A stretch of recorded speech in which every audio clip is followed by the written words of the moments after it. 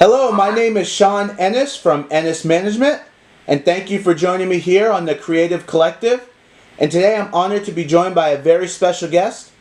He's a hip hop artist, singer, songwriter, poet, country singer, and producer from Ashland, Virginia, Slyide.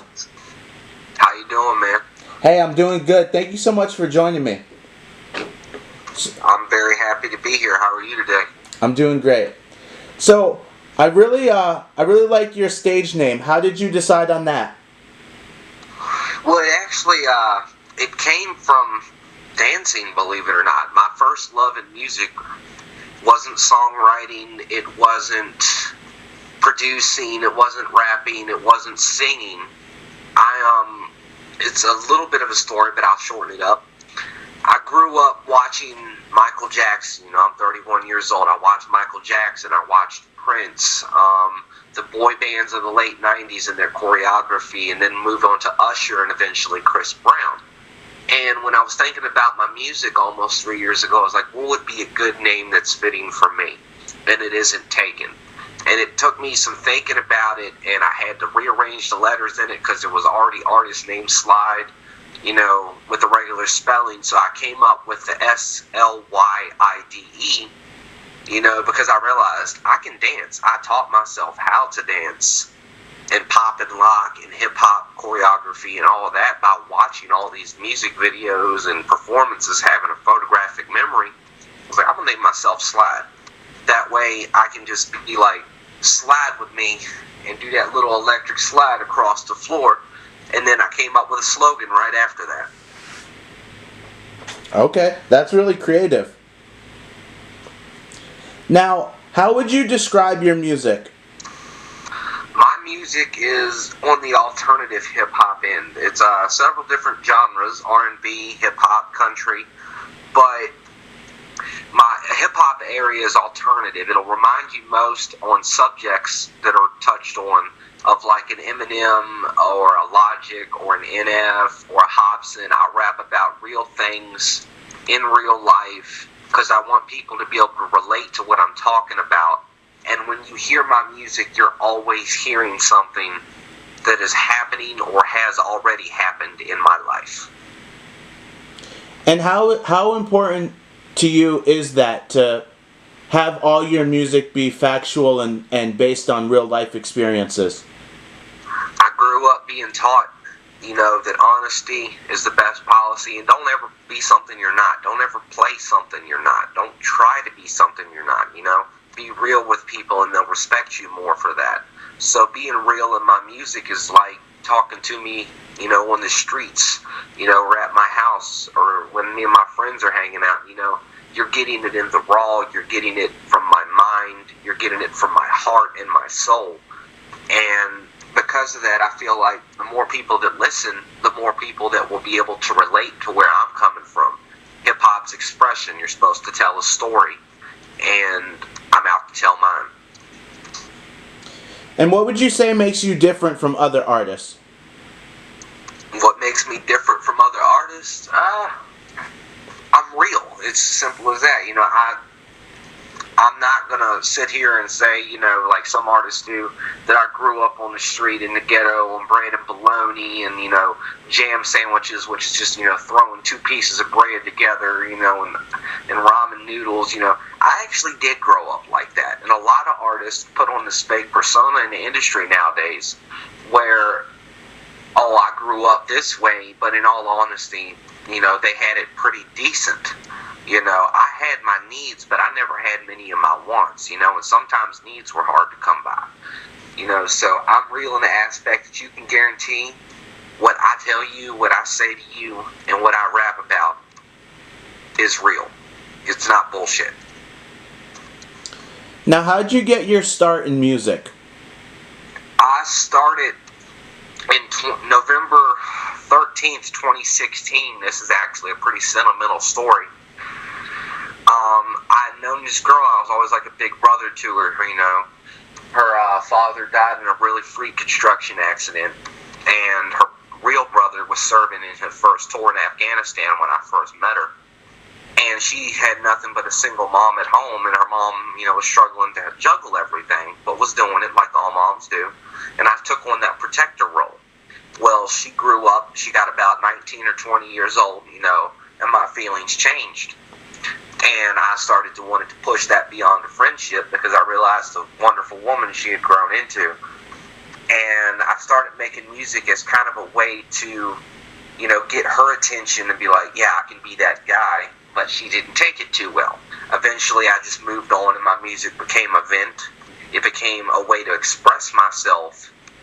But all in all, her name is Maddie, and she is the ultimate inspiration behind my music, because, she gave me the drive to actually give it a shot and pursue it. And that's really interesting, something you mentioned about music being a source of expression. Can you elaborate on that?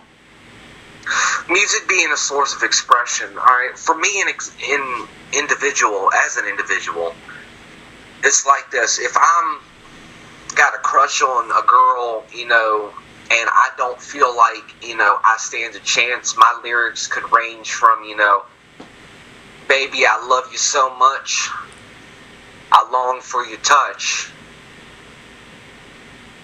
but I just don't know how I'm going to get out this rut. It seems like you're interested, but then again, you're not. I just want to be with you. It's basically like that. It's like it comes up with lyrics based on what I'm feeling. Music is expression. Hip-hop is expression.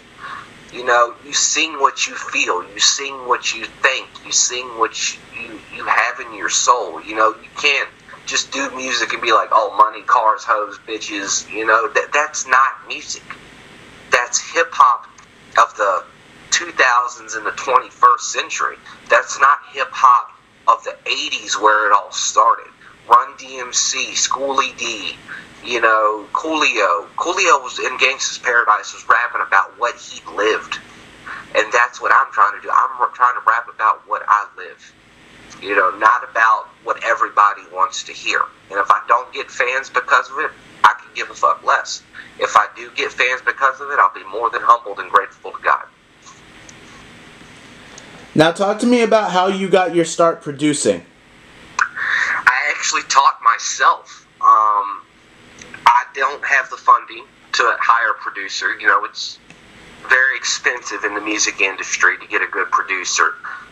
And I've been releasing music as I'm learning how to produce. So some of the earlier songs, even as early as late last year, early this year, the quality's a little because at one point I was producing on my phone. I didn't have a computer, and things like that. So the tracks, the volume levels were off in certain parts of the track.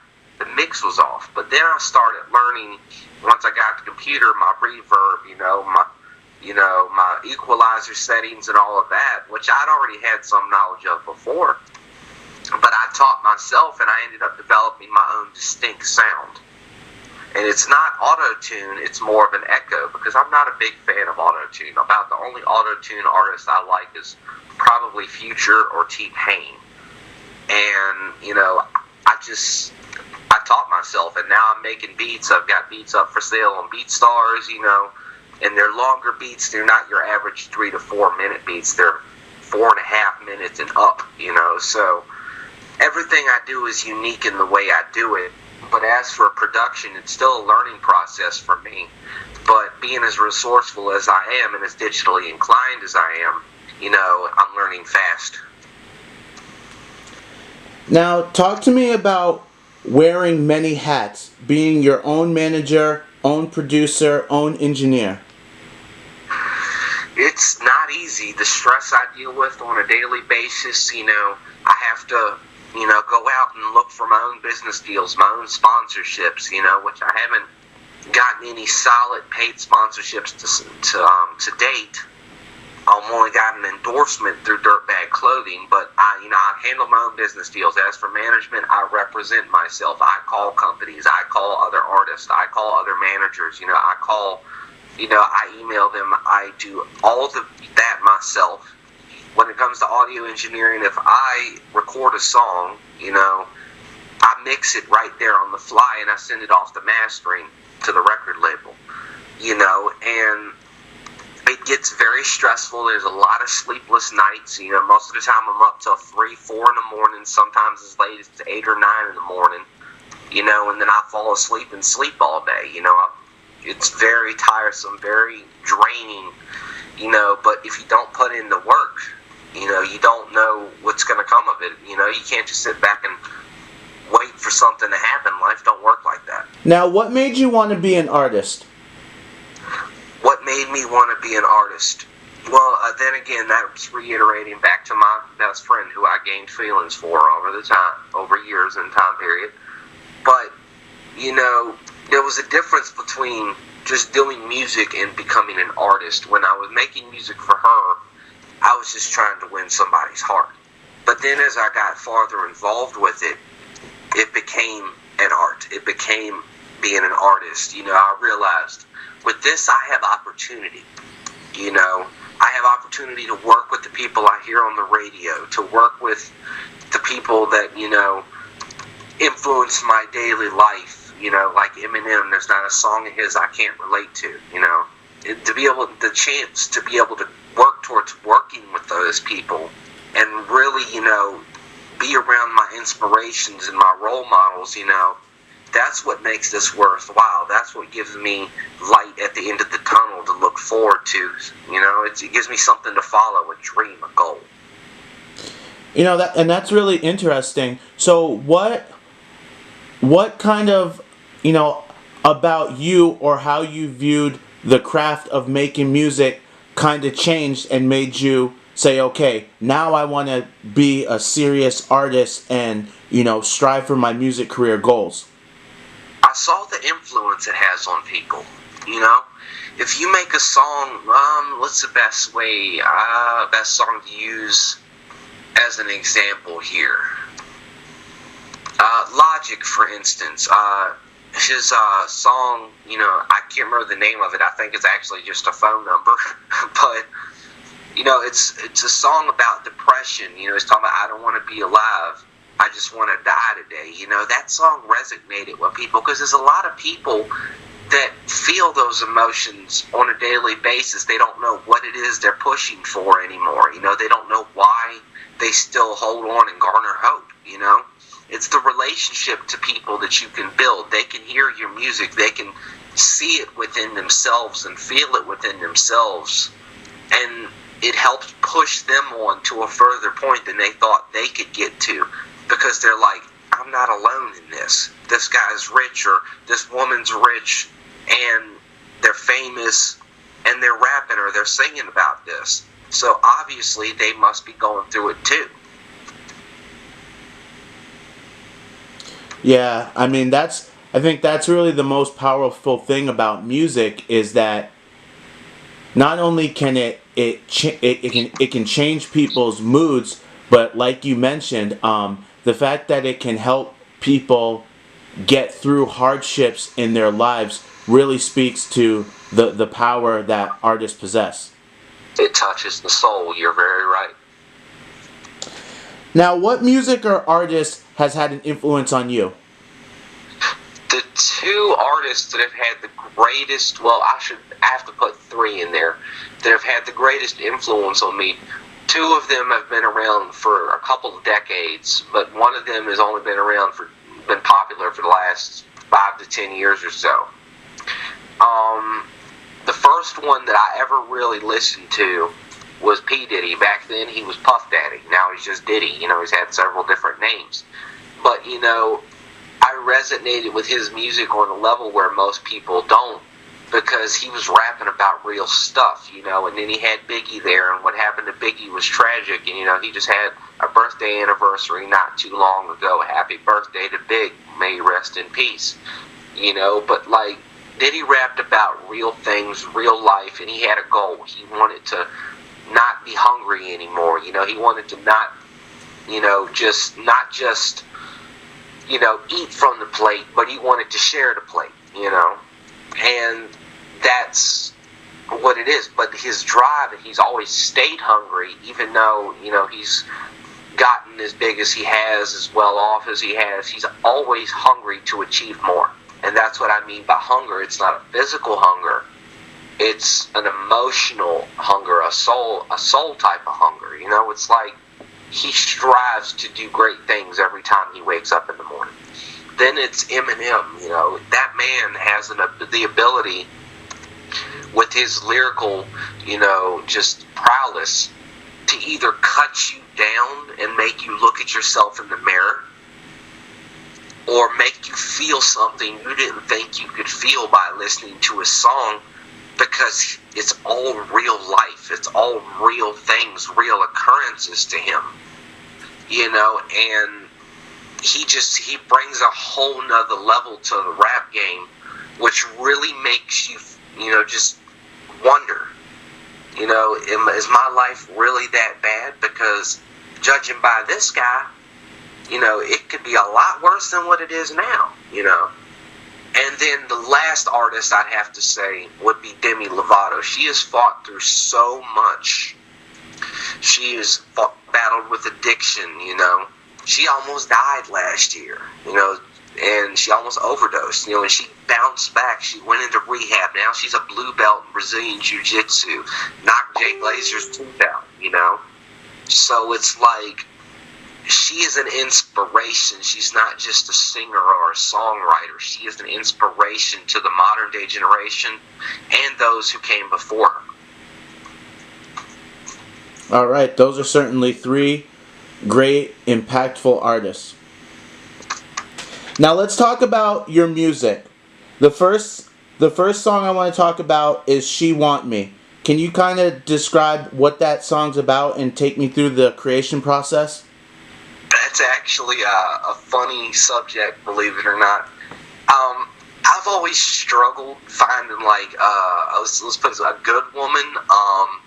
I've always ran into, I'm just going to be honest, hoes. You know, I've always ran into hoes and, you know, people who are, they don't have their heart into anything. You know, they're just playing motherfuckers, you know. But one thing I found through all of that, you know, is if a female doesn't friend zone me, I'm immediately the side dude. And that's where the subject came from, you know, because it's like being a side dude. That's what the song's about, you know. You know, what's the lyrics I'm trying to think of from that song? She's gonna do what I say, bro, when I say so. My chain low, my veins cold. You know, it's like that, basically, you know. That's it, reiterating that, you know, she may come home to you every night, but she comes to me to get what you don't give her because you ain't doing it right. It was a very comical thought behind the song, but the song is a lot more serious. All right, that's really interesting.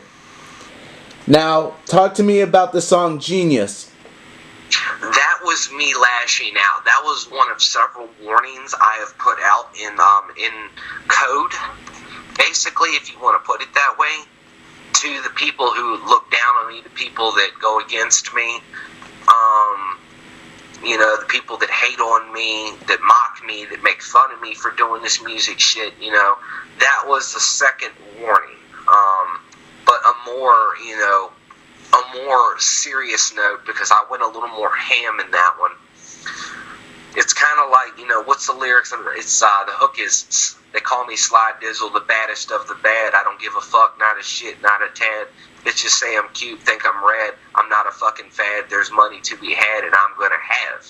You know, that basically, you know, comes down to the fact that I'm going to have what I want to achieve, and it's not a damn soul gonna stop me, is what that song is saying. And was that song, after you put that song out, how did you feel? I felt relieved. I had gotten a weight off my chest. I had vented out, you know, the anger I was feeling at the time when I wrote it. And not too long after, I think it was a month or two after, I ended up recording a more realistic song, which I think you have also, which is God Save Humanity. You may not have it, but if you look it up, anybody who wants to look that up, that's about real world perspective. And that's what venting and genius did for me. It helped me get down to a more mellow level. And what are some of the themes or topics that you talk about on God Save Humanity? Let's see. To give you an instance, an example, men raping women, women raping men, parents on the needle nodding out around their kids. You know, I'm speaking about the world and how I see it, you know. It's like all the problems we have, people shooting schools up, you know, and, you know, terrorist attacks and heroin addiction, you know, and rape and killing, you know. It's basically trying to get folks to look at the world, you know, and realize we don't have to hate each other. It's easier to get along. It's easier to smile than it is to frown. You use more muscles when you frown than you do when you smile. Now, are there any challenges when it comes to writing a song that deals with such heavy issues? The main challenges I have, you know, is I want to express myself raw, but at the same time, you know, I don't want to go to too much of an offensive point of view, you know, because different people, you know, may not like a word or a lyric, you know, or a bar that I write. They'd be like, oh, that guy's, you know, he could be sexist or he could be racist, you know, and that's where it comes into a challenging perspective, because I have to kind of edit in my head before I put it on paper what exactly it is I want to put in the song, rather than just put it in the song. You know, I have to make sure I'm not just appealing to a certain audience. I want everybody to feel the lyrics and not be offended or upset or disturbed by them. You know, and that's where I'm trying to reach a global community rather than just a specific community. Now talk to me about the song Lust Money. That was basically about, you know, starting to come up in the rap game. It goes, lust money, all the women calling me honey, acting like some snow bunnies, so I gotta keep it 100. You know, it's basically, you know, as I've started getting more achievements with music, especially the last 2 or 3 months, I've noticed an really large resurgence of people, you know, especially females, you know, and that was what was really disturbing to me, because I wasn't expecting that, you know. I'm not rich, I don't have any money, you know, I still struggle to get a pack of cigarettes every now and then, you know, but like, the point of it is that I'm signed to Bentley Records and Epi International Publishing and, you know, promotion, and I've got other things going for me, and now, you know, females that, you know, I don't really want to be around are hitting me up because they feel like there's an opportunity there, and the opportunity that they're seeing is, you know, more self-driven for their own good than it is for the goal of a relationship or, you know, seeing, you know, each other and being with each other and growing with each other. You know, they're more, oh, this guy may be rich, or he may be rich one day, you know, so I want to get in on that, you know. That's basically what the song is about. It's about gold diggers, you know, and the fact that, you know, when you start getting somewhere in this rap game, you don't have to worry about females, because there's a million of them that want you, you know. It's just, you can basically take your pick like you're going to the store and buying a Reese's. You know, it's kind of pathetic, and I don't like it. Now, the song Price of Fame. That song was actually inspired by Eminem's Lose Yourself. I wanted a similar sound, you know, but I didn't want to, you know, really, I didn't want to rip him off, you know, because I got mad respect for him. But, you know, it was like, let me think of it real quick. Rocking stadiums like a Super Bowl game. What's the price of fame? Things will never ever be the same. The fans scream out my name. Rocking stadiums. Yeah, that's basically, you know, what what's the price of fame? You know, what do you have? What do you get from fame, and what do you lose from fame? That's the general concept of the song. But it's more upbeat in a way, like you could play it in an arena setting, you know, or at a gym, or while you're balling, you know, something like that. You know, it's upbeat, and it doesn't really get, you know, any type of down moment in it. You know, it's not depressing in any way. There's no negatives in it. You know, it's just an upbeat, hard-hitting, good instrumental track. And it's got my lyrics on it where I'm just going in. You know, like, I just want people to realize, you know, there are going to be some things you're going to have to sacrifice to get where you want to be.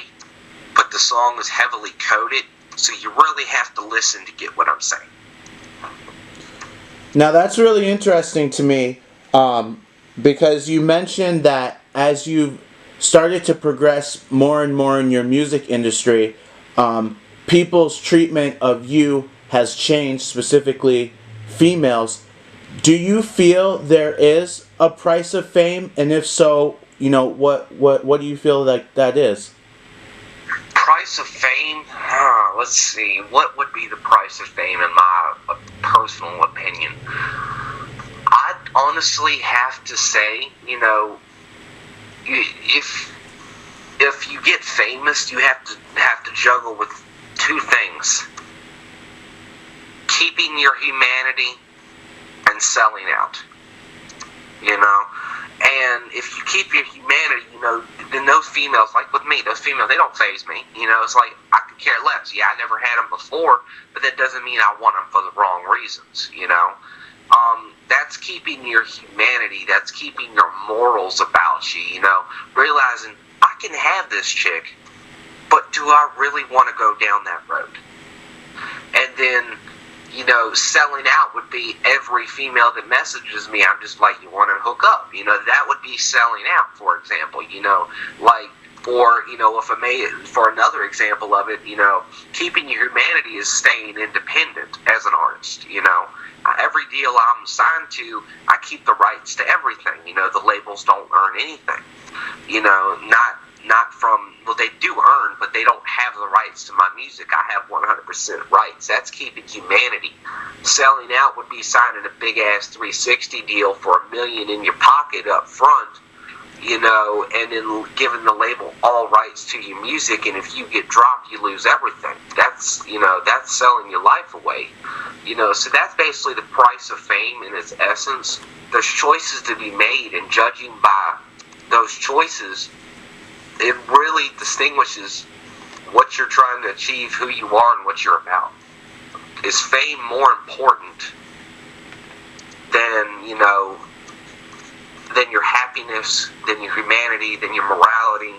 You know, is fame more important than you and the people that were always there? Yeah, I completely agree, man. That's very well said. Now, how important to you is a strong online presence? It's very important to me, despite the fact that I don't have one.